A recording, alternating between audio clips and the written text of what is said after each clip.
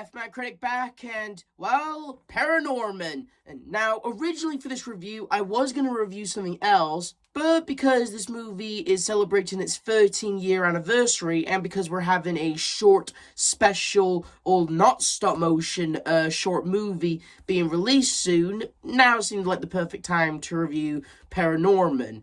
And, Paranorman, a stop-motion movie about a little boy who can see dead people. Well, not see dead people, but can talk to dead people. And, but no one can technically believe him. And, all the kid wants to do is be treated normally. But, because of his gift, it's kind of like a little impossible to do because people think he's either being crazy or seeking attention. But he can actually talk to dead people, or like his grandma. Like when he tries to tell his parents that, hey, turn the heat up because grandma's toes are freezing. His parents are either thinking he's still going through the stages of grief or think that he's just being crazy or something. And like his whole family, who, by the way, I can all each of the family members, I'm glad with the character choices they chose, like the voices they chose for each of the family members. Like, I love it that they got Princess Poppy to voice Norman's big sister, and I like it that they got Dawn from Croods 2 to voice the mom, and of course, was my personal favorite. All I can hear is basically Murray Goldberg from the Goldbergs, from Norman's dad. The dead are coming! Norman! I raised a moron. So anyway, no one believes that Norman can see dead people or talk to dead people, but Norman has pretty much gotten used to it, treating the ghosts that he talked to like friends. And, but again, people think he's weird, he gets bullied a lot, and he feels like he's alone. But he's not technically alone, because apparently Norman's uncle, who was voiced by the same person who voices Sully from Monsters, Inc., and he can also talk to dead people, and turns out the guy's kind of crazy, but yeah, his uncle, apparently, he's been, trying to keep this witch curse at bay, because the town that Norman lives in, it's kind of like a witch-themed town, I suppose. It was because a witch was killed 300 years ago, and Norman is starring in a play that's dedicated to said witch execution. and here's the thing, that witch stuff was all 100% real, and basically every year when the witch was killed, the witch comes, but because Norman's uncle can talk to dead people, he's managed to keep the witch at bay. But since time is running out for him, because apparently the guy had heart problems or something, and instead of making this a family thing, by the way, the movie never really explained the origins of how Norman and his uncle can talk to dead people, while his mother and sister can't for some weird reason. And how it become this whole curse thing about keeping the witch's curse at bay was never brought up in any past. I'm surprised Norman's mother was never brought up about it when she was younger, But whatever. Norman is seeing crazy visions about dead people coming in, and people don't believe him.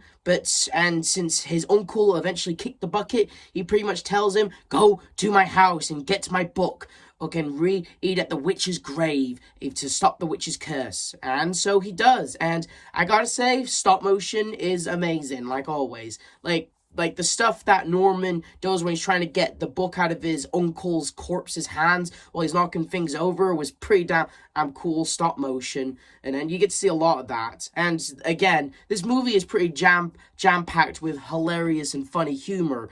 This movie, it is pretty damn funny. I could give you a ton of jokes from this movie, but I think we'd be here all day, so yeah. And but basically, when Norman tries to read the book, his bully Alvin, pretty much, who's voiced by Fish Legs from How to Train Your Dragon, stops it, and since Norman apparently didn't get the memo that it's not a spell book, it was actually a fairy tale book. Yeah, the thing about when Norman's uncle was telling him to, read the book, he didn't say, "Hey, Norman, so listen, basically, the book you're gonna have to read at the witch's grave, it's not a spell book, it's a reading book that you're just gonna have to use so that way the witch can go to sleep." Like, seriously, the dude explained it all cryptically and stuff. Like, you couldn't have, tagged along with your nephew to tell him step by step. You just had to be all cryptic. Like, what is it with ghosts and being cryptic? I'm telling you. But whatever. For the witch's curse is upon, where the dead rises. Is it a zombie? And, basically, since Norman got grounded for the stunt he pulled at the play, and his parents were out of the house, his big sister had to watch him, and ended up thinking that Norman was with Neil, his friend, and meeting up with basically Neil's older brother Mitch. Which, by the way, when I first time watching this, when I there's an entire bit in the movie where Norman's sister is trying to be all flirty and all that with Mitch, with this guy named Mitch, and when I watched it for the first time, I was like, yeah, he's gay. He's gay, there's no way the filmmakers would not make this guy that good looking and that airheaded towards Courtney's actions and towards him, and I knew he had to be gay, but we'll get to that. And yeah, basically, it's a zombie apocalypse, and, well, here's the thing. The zombies aren't technically attacking humans, and then when the humans discover them, they go apeshit at the zombies. And people may remember this as the best joke in the movie. Are you freeze-framing Mom's Aerobics DVD again? No!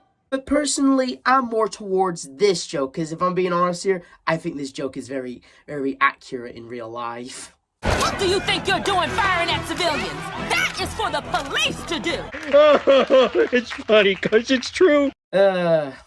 So basically, Norman, Neil, Courtney, Mitch, and Alvin, they all head to town hall to try and figure out where the witch was buried. They have their little breakup, their fight scene, and basically, Norman tries to read the book to the witch, and he asks, why is she doing all this? What is her end goal here? And when she zaps him and not killed him, we're taken to a flashback where it's all dark and let me just say this though, this scene in the movie has got to be the darkest scene in the movie. It had the balls with what it went with. I mean, sure, in this movie, it is jam-packed with funny humor, amazing stop motion, but this movie had the balls to tell us that the witch that got killed was actually a little girl. Yeah, it basically, went there. Basically, Agatha, the name of the witch, was just a little girl the whole time. And she might have been related to Norman because they share the same last name as Norman's uncle did. Implying and considering the fact that Norman and his uncle can talk to the dead, and it was chances are she could probably talk to the dead. And basically, because back then, considering the fact that people treated Norman differently, like a freak, back then in the 17th century, she got hung, and basically she promised them that she would return and curse them and stuff, basically being all pissed and a vengeful spirit and stuff like that. And yeah, say what you want about this movie, about it being hilarious, funny, it's got a shit ton of hilarious jokes in it, and amazing stop motion, but when it's revealed that a little girl got killed in the movie, and she's technically the villain, newsflash, there's no actual real villain in the movie. It's just a certain group of individuals who have a certain, the zombies, the witch, there's no villain in this movie. The zombies, they don't want to hurt anyone. It's part of, Agatha's curse was to bring them back from the dead, and the town was going to hurt them. That was part of the curse. Yeah. and basically when they did it, when they killed her, they thought they were doing the right thing. They thought they were scared of her, and they thought killing her was the right thing. But when they found out it wasn't the right thing, oh boy, were they ashamed. And so yeah, and basically the entire town like confronts Norman, and Norman, being supported by his friends and sister, or telling him to stop being an angry mob, and explaining the situation, and explaining how, considering the fact that the zombies behind them haven't attacked them, meaning that the zombies aren't trying to attack them. The curse is more about them attacking them, the mob attacking the zombies. And when Agatha sees that they're not attacking the zombies, she kind of gets pissed. And Norman, considering the fact that they haven't found her grave yet, considering that there's like a big twister area that's pointing that could obviously be her grave. So yeah, Norman's family goes to the area, and Norman comes across the ghost of Agatha. And instead of telling her the story that his uncle has been telling her, instead he's about to put an end to this curse. He's no longer going to keep it at bay. He's now no longer a story a year will keep the witch at bay. Hey, now it's time to end this curse once and for all. So he tries to tell her in a new story, a story about how that same little girl ended up becoming a bigger bully than the bullies who bullied her. And honestly, again, we get some really damn good stop motion where Norman's confronting this girl. And again, the girl, she's not really a villain. Yes, what she's doing is pretty bad. But again, she was just a little kid when all this happened. So Norman eventually managed to get on her good side, and actually, and I honestly love this scene. Like, we go to a very beautiful forest area, and how's this story end? It's basically what Agatha decides. Her and Norman sit together, and Norman helps her and supports her so she can finally rest. And when she finally rests, the curse is lifted. And I love this little visual that when we see the zombies turn to ghost form, we can actually see the ringleader of the zombies looking all sad and disappointed, because yeah, he still blames himself, because technically it was his fault this all happened. And so the movie basically wraps up now, where everyone has new bit of respect for Norman, and basically we get a bit of the payoff that I told you earlier, that we reveal that Mitch, the boy that Courtney's been hitting on, was gay. You're gonna love my boyfriend. He's like a total chick flick nut. I don't mean to toot my own horn, but... Well, I sure hope somebody picks up that phone, because I f***ing called it! But here's something that I actually found kind of surprising. Although I knew that Mitch was gay, I actually was surprised to find out that he's actually the very first open gay character in an animated movie, actually. Huh. You learn something new every day. So basically the entire town is, recovering from that whole situation, and the family now has a new bit of respect for Norman and believes that he can now talk to dead people. And I kind of like this part where Norman is talking, his dad is basically hey, is mom in the same room with us? And I just kind of like it. I thought it was funny, sweet, and just all in all, I just kind of liked it. Your grandma here, is she? Right, of course she is. Is she sitting next to me?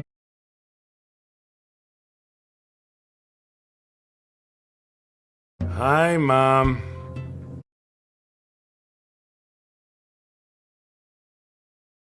And that was Paranorman, and yeah, it's a pretty awesome film. Like straight up, the stop motion, fantastically, beautifully well.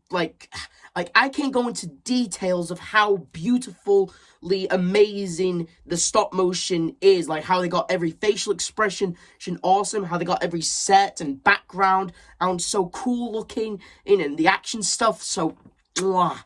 And the jokes, like people will praise this movie for its stop motion, but personally, I praise this movie for its humor, because, like, its humor, like, again, I wish I showed you a bunch of my personal favorite jokes and stuff from the movie, but I can't, technically, but I'm just saying, take my word that this movie is pretty damn funny. And again, the characters are all pretty good and funny with their own unique quirks and, traits, even if some of them are a little on the cliche side, but they're still good though. Oh, and of course, yeah, it's a pretty damn good movie, and I'm glad we're getting that, not stop motion, but still sort of like sequel, not sequel, or short film that's going to be releasing soon.